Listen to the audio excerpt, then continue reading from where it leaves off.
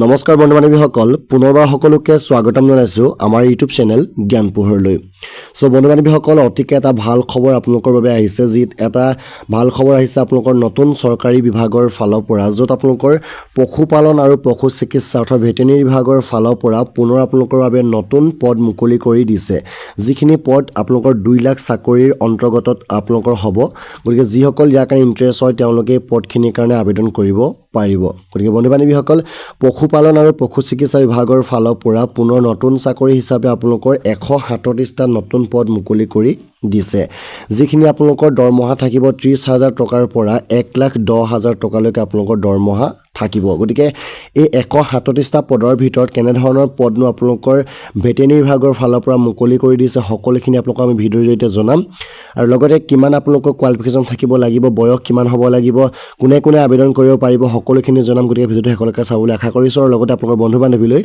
video' যেন পাৰে share কৰিব যাতে সকলোৱে এই পদ কেইটাৰ কাৰণে আবেদন কৰিব পাৰে গতিকে বন্ধু বান্ধৱীসকল ভিডিঅ'টো পলম নকৰি বলক আজি ভিডিঅ'টো ইয়াতে আৰম্ভ কৰোঁ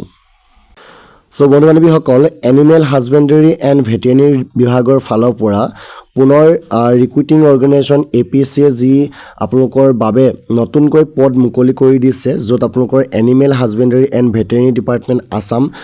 ডিপাৰ্টমেণ্টৰ ফালৰ পৰা টোটেল আপোনালোকৰ বাবে 137টা পোষ্ট মুকলি কৰিছে য'ত আপোনালোকৰ ভেটেৰিনেৰী অফিচাৰ আৰু ব্লক ভেটেৰিনেৰী অফিচাৰ পদ বৰ্তমান সময়ত মুকলি কৰি দিছে এই পোষ্টখিনিৰ বিষয়ে যদি ভালদৰে চাবলৈ যাওঁ তেন্তে আপোনালোকে চাব ইয়াতে টোটেল 137টা আপোনালোকৰ বাবে পদ মুকলি কৰিছে যিখিনি আমাৰ ভেটেৰিনেৰী অফিচাৰ বা ব্লক ভেটেৰিনেৰী অফিচাৰ পোষ্ট হয় ইয়াতে যদি আমি কেটেগৰি ওয়াইজ চাবলৈ যাওঁ তেন্তে আনৰিজাৰ্ভড টোটেল 106টা পোষ্ট মুকলি কৰিছে OBC MOBC কাৰণে টোটেল 6টা পোষ্ট মুকলি কৰিছে SC কাৰণে 11টা পোষ্ট মুকলি কৰিছে ST প্লেনছৰ কাৰণে 9টা পোষ্ট মুকলি কৰিছে আৰু ST হিলছৰ কাৰণে 4টা পোষ্ট মুকলি কৰি দিছে বৰ্তমান সময়ত টোটেল ভেটেৰিনেৰী বিভাগৰ ফালৰ পৰা বা এনিমেল হাজবেণ্ডাৰীৰ ফালৰ পৰা 137টা পোষ্ট মুকলি কৰি দিছে এইখিনিৰ কাৰণে যদি দৰমহাটো চাবলৈ যাওঁ কৈছে দৰমহাটো আপোনালোকৰ পে বেণ্ড থাকিব 4 আৰু যিটো দৰমহা স্কেল হ'ব হেতু 30,000 টকাৰ পৰা 1,10,000 পৰ্যন্ত আপোনালোকৰ দৰমহা লাভ কৰিব পাৰিব আৰু গেট পে থাকিব প্ৰতি মাহে 12,700 টকা আপোনালোকৰ গেট পে ইয়াতে লাভ কৰিব পাৰিব এতিয়া কথাটো হ'ল যে এই পদখিনিৰ কাৰণে কোনে কোনে আবেদন কৰিব পাৰিব বা আপোনালোকৰ শিক্ষাগত অৰ্হতা কিমান বয়স কিমান লাগিব এই পোষ্টখিনিৰ কাৰণে যদি আপোনালোকে আবেদন কৰিব বিচাৰে তেন্তে আপোনালোকৰ যিটো কোৱালিফিকেশ্যন হেতু আপোনালোকে এজন ডিগ্ৰী ধাৰী আপোনালোকে কেণ্ডিডেট হ'ব লাগিব কিন্তু ডিগ্ৰীটো আপোনালোকে এনিমেল হাজবেণ্ডাৰী এণ্ড ভেটেৰিনেৰী সায়েন্সৰ ফালৰ পৰা কৰা হ'ব লাগিব যিকোনো এখন ৰিকগনাইজ ইনষ্টিটিউট বা ইউনিভাৰ্চিটিৰ ফালৰ পৰা গতিকে যিসকলে ডিগ্ৰী কৰি ৰাখিছে এনিমেল হাজবেণ্ডাৰী ভেটেৰিনেৰী সায়েন্সত তেওঁলোকে এই পোষ্টখিনিৰ কাৰণে আবেদন কৰিব পাৰিব যাৰ আপোনালোকৰ বয়স হ'ব লাগিব মিনিমাম 21 বছৰ মেক্সিমাম বয়স আপোনালোকৰ থাকিব লাগিব 38 বয়সৰ লৈকে গতিকে 21 বছৰৰ পৰা 38 বছৰ বয়সলৈকে আপোনালোকে আবেদন কৰিব পাৰিব আৰু এজ ৰিলেকশ্যন দিয়া আছে SC কাৰণে 5 বছৰ ST কাৰণে 5 বছৰ OBC MOBC কাৰণে 3 বছৰ আৰু PW কাৰণে দিয়া আছে 10 বছৰ এপ্লাই কৰিবৰ কাৰণে আপোনালোকে এজন ইণ্ডিয়ান সিটিজেন হ'ব লাগিব লগতে আপোনালোকে আসামৰ এজন পাৰ্মানেন্ট ৰেসিডেন্সিপ হ'ব লাগিব যাৰ কাৰণে আপোনালোকে PRC খন থাকিব লাগিব আৰু লগতে এমপ্লয়মেন্ট এক্সচেঞ্জ ৰেজিষ্ট্ৰেচন আপোনালোকৰ সাৰ্টিফিকেট থাকিব লাগিব আৰু ইয়াৰ কাৰণে এটা এপ্লিকেশন ফিজ তেওঁলোকে ৰাখিছে জেনেৰেল যিসকল কেণ্ডিডেট হয় তেওঁলোকৰ কাৰণে 297.2 ফিজ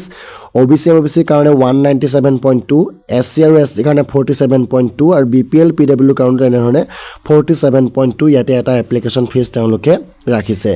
এপ্লাই কৰিবৰ কাৰণে আপোনালোকে APC যিটো ৰিক্ৰুটমেন্ট পৰ্টেল আছে তাতে যদি আপোনালোকে ভিজিট কৰে আসাম পাব্লিক সাৰ্ভিস কমিশন বুলি সাৰ্চ কৰিব সাৰ্চ কৰাৰ পাছতে আপোনালোকে যিটো ৰিক্ৰুটমেন্ট নটিচ টো ফাইন কৰিব ভেটেৰিনেৰী অফিচাৰ বা ব্লক ভেটেৰিনেৰী অফিচাৰ বুলি পাব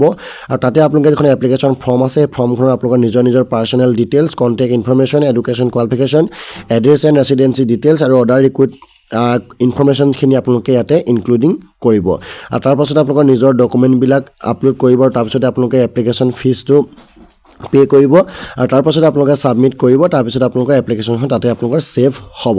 আৰু এপ্লাই কৰিবৰ কাৰণে যেটো ডেট বা যিটো আমাৰ টাইম হৈছে 7 আগষ্টৰ তাৰিখৰ পৰা বা আজিৰ পৰা আপোনালোকৰ এই পদখিনিৰ কাৰণে আবেদন প্ৰক্ৰিয়া আৰম্ভ হৈছে 6 ছেপ্টেম্বৰ তাৰিখলৈকে আপোনালোকৰ আৰম্ভ হ'ব গতিকে সম্পূৰ্ণ হাতত এমাহ সময় দিছে এই ভেটেনেৰী পোষ্টখিনিৰ কাৰণে আবেদন কৰিবৰ কাৰণে গতিকে যিসকল ইণ্টাৰেষ্ট হয় তেওঁলোকে এই পদখিনিৰ কাৰণে আবেদন কৰিব পাৰিব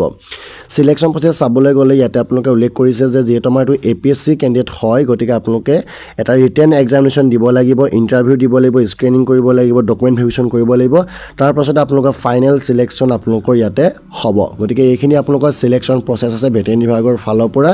আৰু ডকুমেণ্টখিনি যিখিনি দৰকাৰ হয় এইখিনি আপোনালোকে এপ্লাই কৰোঁতে গম পাব যে এইখিনি আপোনালোকৰ ডকুমেণ্ট দৰকাৰ হৈছে গতিকে আপোনালোকে আবেদন কৰিবৰ কাৰণে ইয়াৰ যিটো এপ্লিকেশ্যন লিংক সেই এপ্লাই কৰা লিংকটো আমাৰ ডেছক্ৰিপশ্যনত দিয়া আছে গতিকে যিসকল ইণ্টাৰেষ্ট আৰু ইলিজিবল হয় তেওঁলোকে এই পদখিনিৰ কাৰণে আবেদন কৰিব পাৰিব গতিকে সম্পূৰ্ণ হাতত এমাহ সময় দিছে বৰ্তমান সময়ত 2 লাখ চাকৰিৰ ভিতৰত ভেটেনেৰী বিভাগৰ ফালৰ পৰা বৰ্তমান 137টা পদ মুকলি কৰিছে গতিকে যিসকল ইণ্টাৰেষ্ট আৰু ইলিজিবল হয় তেওঁলোকে পদখিনিৰ কাৰণে আবেদনটো কৰি ল'ব পাৰিব আবেদন প্ৰক্ৰিয়াৰ লিংক বৰ্তমান মুকলি কৰা হৈছে গতিকে আপোনালোকে আবেদনটো কৰি লওক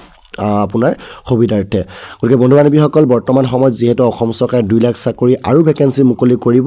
আৰু ইয়াৰ মাত্ৰ এটা সৰু সুৰা আপোনালোকৰ পোষ্ট মুকলি হৈছে গতিকে বাকী যিখিনি পোষ্টৰ ডিটেইলছ বা আপোনালোকৰ ইনফৰমেশ্যন পাই থাকিবৰ কাৰণে আপোনালোকে আমাৰ চেনেলটো ছাবস্ক্ৰাইব কৰি ৰাখিব তেতিয়া আপোনালোকে প্ৰত্যেকটো চাকৰি খা খবৰ অতি সোনকালে আমাৰ চেনেলৰ জৰিয়তে আপোনালোকে লাভ কৰি থাকিব পাৰিব গতিকে বন্ধু বান্ধৱীসকল আজি ভিডিঅ'টো ইমানেই আছিলে গতিকে আপোনালোকৰ বন্ধু বান্ধৱীলৈ ভিডিঅ'টো শ্বেয়াৰ কৰিব আৰু ভিডিঅ'টো লাইক কৰিবলৈ আশা ৰাখি আজি ভিডিঅ'টো ইমানেই ধন্যবাদ জয় অসম